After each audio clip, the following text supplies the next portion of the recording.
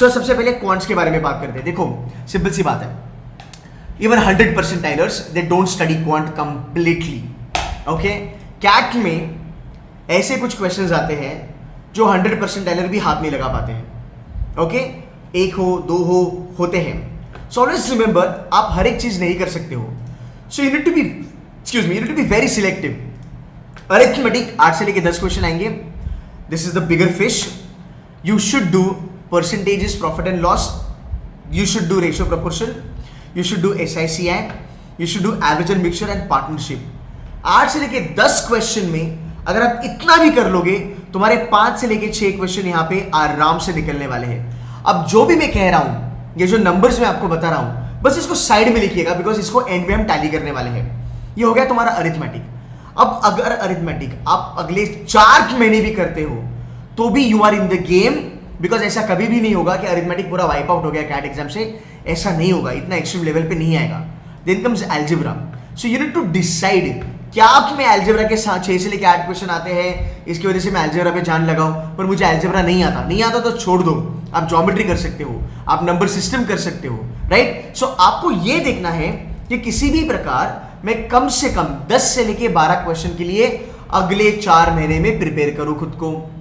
Okay, these are simple topic. अगर आपको algebra के बेसिक टॉपिक भी अगर आते होंगे ना, सो मैं आपको कुल मिला के बात करूंगा एकदम ग्राउंड लेवल पे। 8 से 10 क्वेश्चन, 6 से 8 क्वेश्चन। ओके, एक सिंपल सा बच्चा भी यहाँ पे बेयर मिनिमम 2 क्वेश्चन कर सकता है। एक गरीब बच्चा भी यहाँ पे बेयर मिनिमम 2 क्वेश्चन कर सकता है। गरीब मतलब जिसको क्वांट ज्यादा नहीं आता। 4 क्वेश्चन तो बेटा हमारे ऐसे ही यहाँ पे बन रहे हैं। मेहनत हमें बस अगले 2 या 3 क्वेश्चन के लिए करनी है। Okay, if you want to get into 99 percentile का club, you need to get round about 10 questions correct और 12 questions correct. Okay, but 99 percentile का अगर आपका गेम है, then lot of things from this you will be able to do अच्छे से। Okay, एक average बच्चा ये टॉपिक्स भी कर लेगा तो भी चलेगा। अब डेली बेसिस पे क्या करना है, वीकली बेसिस पे क्या करना है, वो थोड़ा समझ लीजिएगा।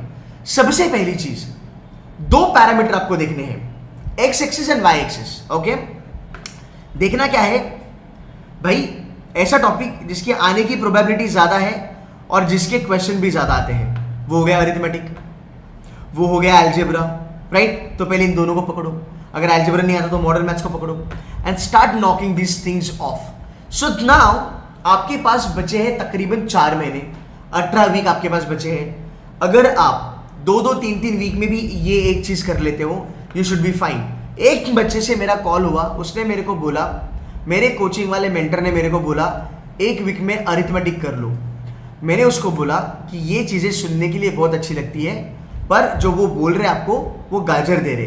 अरिथमेटिक 1 वीक में नहीं होता, and I have bloody bet my life on that. There are people who are IITians and NITians, वो भी जब पढ़ाई चालू करते हैं वो अच्छा खासा समय देते हैं। 1 वीक में अरिथमेटिक पता है कब होता है, जब पूरा अरिथमेटिक तुम करते हो और अक्टूबर में बैठ के तुम रिवीजन करते हो। तो जो सलाह, जो एडवाइस आप यूट्यूबर से या फिर कोचिंग वालों से लेते हो, वो थोड़ा समझ के लीजिएगा, बिकॉज बहुत सारी चीजें सुनने में अच्छी लगती है पर जब करने जाओगे तो वो नहीं होगा। तो पहली चीज अरिथमेटिक की हम क्या करेंगे, हम 1 महीना लगा सकते हैं, मॉडर्न मैथ्स के लिए 1 महीना लगा सकते हैं, अलजेब्रा के लिए 1 महीना लगा सकते हैं। 3 महीने में हम 8 से लेके 10 टॉपिक भी अगर करते हैं, वहां से भी 12-13 क्वेश्चन बनेंगे। नवंबर में हम क्या कर सकते हैं, पूरी की पूरी रिविजन कर सकते हैं। अब ये इंपॉर्टेंट टॉपिक्स आपको ध्यान में रखना बहुत ज़्यादा जरूरी है। मैं एक बार फटाफट से अलजेब्रा को देख लेता हूँ। Progression is important, function and graph is important, inequalities is also important. Okay, geometry अथंग सागर है भाई। हाँ, ज्योमेट्री अथंग सागर है। थ्योरम वियरम करके जो भी आता है पूरा कॉम्बिनेशन आता है। So if you are good with geometry you can go head with that. Okay, again number system के बारे में अगर मैं बात करूँ, डिविजिबिलिटी रूल हो गया, फैक्टर हो गया, राइट, ये चीजें आती है। हमें लगता है कि यार ये इतना सिंपल ये आएगा ही नहीं, बट कैट में ये क्वेश्चन पूछे जाते हैं। सो जो बेसिक है वो कीजिएगा। Okay, that's number 1। जिसका बेसिक बनेगा उसी का आप एडवांस लेवल भी करोगे। आप हर एक चीज का एडवांस नहीं कर सकते हो। अब आपको करना क्या है, ध्यान से सुन लेना। सो डेली बेसिस पे आपको 1 घंटा क्वांट्स करना है। हाँ, डेली बेसिस पे आपको 1 घंटा क्वांट्स करना है। गाइस, आपके पास है 100 डेज, 120 भी नहीं मैं बोलता हूँ 100 डेज है। 100 घंटे की प्रिपरेशन अगर आप क्वांट्स की करते हो ना, एकदम गरीब लेवल पे मैं पूछ रहा हूँ, can you not crack 6 questions? Anybody can crack 6 questions.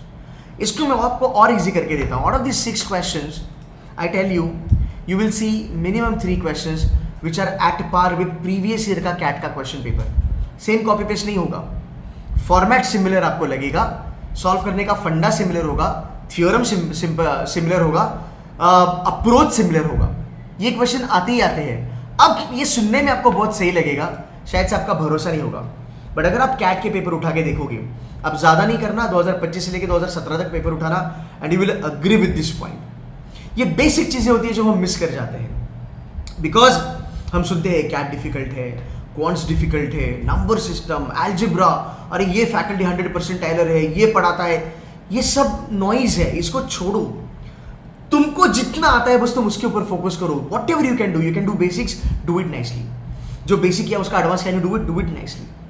It is that simple. Okay, मैं ये नहीं कह रहा हूँ कि क्वांट सिंपल है. Quant gets difficult when the game is of 13 question and 14 question.